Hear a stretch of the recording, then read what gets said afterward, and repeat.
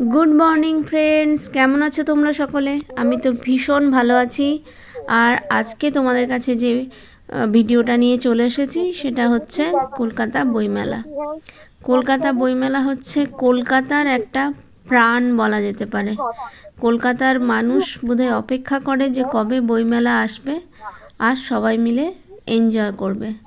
কারণ এই মেলাটা যে নামটাই তো ইন্টারন্যাশনাল বুক ফেয়ার, তো এই কলকাতার এই বইমেলা দেশ বিদেশ চারিদিকেই বিখ্যাত। এত পরিমাণে অডিয়েন্স আসে যে সব থেকে বড় মেলা অডিয়েন্সের তরফ থেকে এটাকে মানে গণ্য করা হয়, সেটা তো সবাই জানো। তো আমরাও কি হাজির হয়ে গিয়েছিলাম স্যাটারডেতে, কিন্তু আমাদের হাতে যেহেতু একদম টাইম ছিল না, আমরা অনেক দেরিতে গিয়ে পৌঁছেছিলাম, অনেক কাজ ছিল বলে। তো সেই ক্ষেত্রে 8টায় বন্ধ হয়ে যায়। তো আমরা ওই হাতে 1 ঘন্টায় টাইম পেয়েছিলাম, তাই পুরো মেলা আমরা মোস্ট প্রবাবলি ঘুরতে পারিনি, কারণ অনেক বড় জায়গা জুড়ে মেলা। তো যতটা পেরেছি ততটাই তোমাদের জন্য নিয়ে এসেছি। আর ওখানে মানে আমার ছেলের কিছু বই কেনার দরকার ছিল বলেই আমরা কাজের মধ্যেও টাইম বার করে হাজির হয়ে গিয়েছিলাম, নাহলে হয়তো যেতে পারতাম কি না জানি না। যাই হোক, তো যে আমরা আমাদের হাতের কাছে সব থেকে যে ক্লোজেস্ট গেট ছিল তারাশঙ্কর বন্দ্যোপাধ্যায়ের নামে, সেই গেট দিয়েই আমরা ভেতরে ঢুকেছিলাম। মেন এন্ট্রান্স অবধি আমরা অত দূর যাইনি, কিন্তু গেটগুলো খুব সুন্দর থিমের ওপর বানিয়েছে। ওখানে বিশ্ব বাংলা গেট আছে, তারপর লন্ডন টাওয়ার ব্রিজের রেপ্লিকার দিয়ে একটা গেট বানানো হয়েছে। বাচ্চাদের জন্য ষষ্ঠীপদ চট্টোপাধ্যায়ের পাণ্ডব গোয়েন্দার অনেক ক্যারেক্টার দিয়ে সাজিয়ে একটা গেট আছে। তারপর তারাশঙ্কর বন্দ্যোপাধ্যায়ের গেট তো তোমাদেরকে দেখালামই, আমরা ঢুকলাম ওইদিকে। এমনকি বেথুন স্কুলের একটা গেট হয়েছে, যেহেতু ওনাদের 175 ইয়ার্স পূর্তি উপলক্ষে ওরা বানিয়েছে। তো গেটগুলোর মধ্যেও প্রচুর স্পেশালিটি আছে। এগুলো তো গেল গেট, 9টা গেট আছে, মানে বুঝতেই পারছো কত বড় মেলা। এর বাইরে এবার প্যাভিলিয়ানগুলোতে কত রকমের কান্ট্রি এসেছে। জার্মানি তো এবছর এসেছে, 12 বছর পর আবার পার্টিসিপেট করেছে এসে জার্মানি। তো আর এবছরের মেলার থিম তো তোমরা সবাই জানো, ইউকে। তো এবার বিদেশের প্রচুর আমি দেখলাম স্টল, জার্মানি, ফ্রান্স, তারপর ইউকে, ইউএসএ, অনেক দেখলাম। ওখানে প্রচুর দেখলাম স্টল আছে। বাংলাদেশ, অনেক রকমের স্টল দেখতে পেলাম। পড়াশুনোর বই থেকে শুরু করে যত রকমের বই চাও সবই তো তোমরা পেয়ে যাবে। আর বইমেলায় গেলে না একটা জিনিস খুব ভালো করে মানে আমি বুঝতে পারছিলাম যে সবাই বলে আজকাল মানুষ বই পড়ে না, নেট দেখে সমস্ত ইয়ে করে, সেটা কিন্তু নয়। যারা বই পড়তে ভালোবাসে তারা টিল নাও বই পড়তে ভালোবাসে।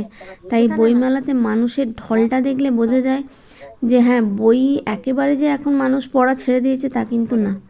যারা বই বরাবর পড়তে ভালোবাসে, নেট হয়তো সবাই সার্ফিং করে, নেট থেকে অনেক ইম্পর্টেন্ট ইনফরমেশনও বার করে, কিন্তু বই পড়ার মধ্যে আলাদা মজা আছে। সেই মজাটা কিন্তু এখনও সবাই হারিয়ে ফেলেনি বা মিস করতেও চায় না। তাই বইমেলার ভিড়টা কিন্তু অসম্ভব বেশি। তো যাই হোক, মোটামুটি যতটা সম্ভব হয়েছে মেলাটা ঘুরেছি, যতটুকু পেরেছি তোমাদের জন্য তুলে নিয়ে এসেছি ভিডিও করে। তোমরা মেলাটা দেখতে থাকো, এনজয় করবে। আর লাস্ট একটা ইনফরমেশন হচ্ছে 26 থেকে 28 জানুয়ারি বইমেলাতে কিন্তু আমাদের কলকাতা লিটারেচার নিয়ে একটা ফেস্টিভ্যাল আছে, কলকাতা লিটারেচার ফেস্টিভ্যাল। সেটা হচ্ছে 26 থেকে 28 আমি জানুয়ারি, সরি আমি বোধহয় ফেব্রুয়ারি বললাম, সরি কিছু মনে করো না। 26 থেকে 28 জানুয়ারি মেলা প্রাঙ্গণেই হবে কলকাতা লিটারেচার ফেস্টিভ্যাল। এখানে কিন্তু প্রচুর দেশ বিদেশ থেকে অনেক মানে রাইটার্সরা আসছেন, সাহিত্যিকরা সবাই আসছেন। তো অবশ্যই এটা যদি কেউ দেখতে চাও তাহলে মিস করো না, কারণ 26 তারিখ তো এমনিই ছুটি আছে। তো অবশ্যই চলে এসো এই জিনিসটা দেখার জন্য। আর এমনিতেও মানে বইমেলাতে দুটো হল ওখানে ওরা স্পেসিফিক্যালি দুটো হল ওরা কিন্তু ইংলিশ পাবলিশার্সদের জন্য মানে পাবলিকেশনসের জন্য ওরা রেখেছেন। তো তা একটা হচ্ছে সমরেশ মজুমদারের নামে আর একটা হচ্ছে এস বয়াট, এই দুটোর নামে দুটো মানে হল ওরা রেখেছেন যেখানে শুধুমাত্র ইংলিশ পাবলিশার্সদের বই আছে। তো মোটামুটি সব মিলিয়ে বইমেলাটাকে ওরা খুব অর্গানাইজড ওয়েতে করার চেষ্টা করেছে যাতে মানুষের খুঁজতে অসুবিধে না হয়, বুঝতে অসুবিধে না হয়। খুব সুন্দর। আর এই লেখাটা সামনে স্ক্রিনে এখন যে লেখাটা আজকাল ভালো বই পড়বই, এটা খুব ভালো লাগছিল।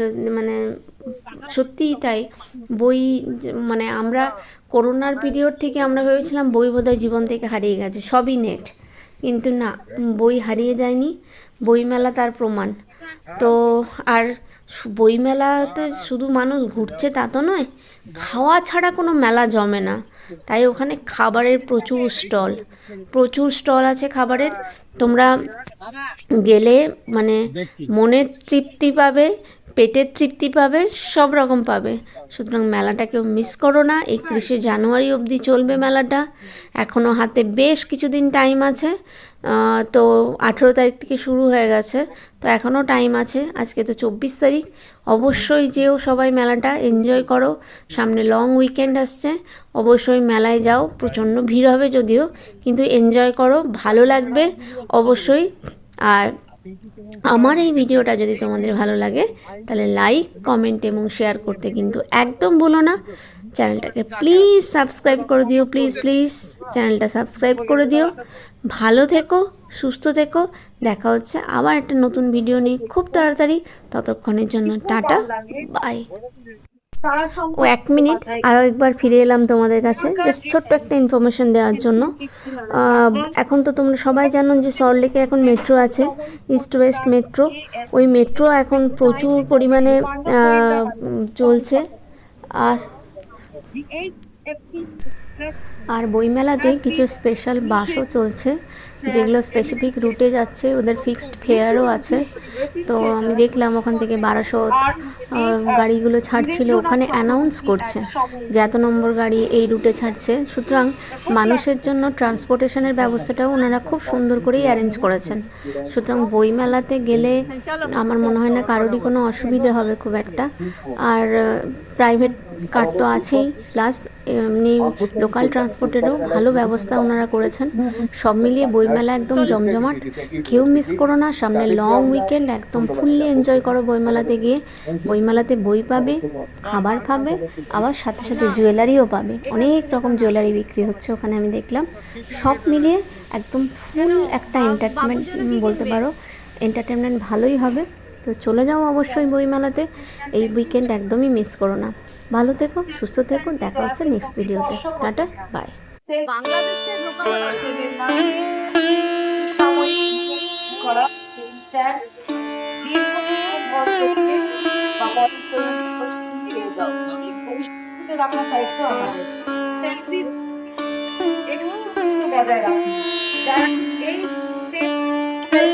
সামনে ছবি তুলছে, একটু বজায় রাখা।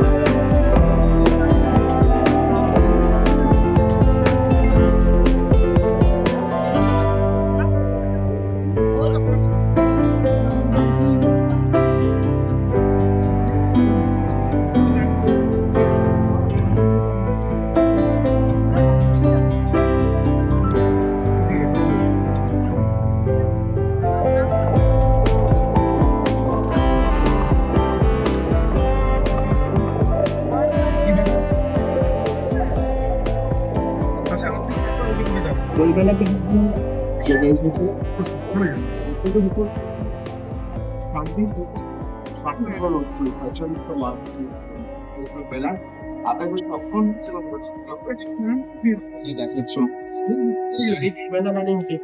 ঠিক আছে সারা মনা কিন্তু এইরকম একজন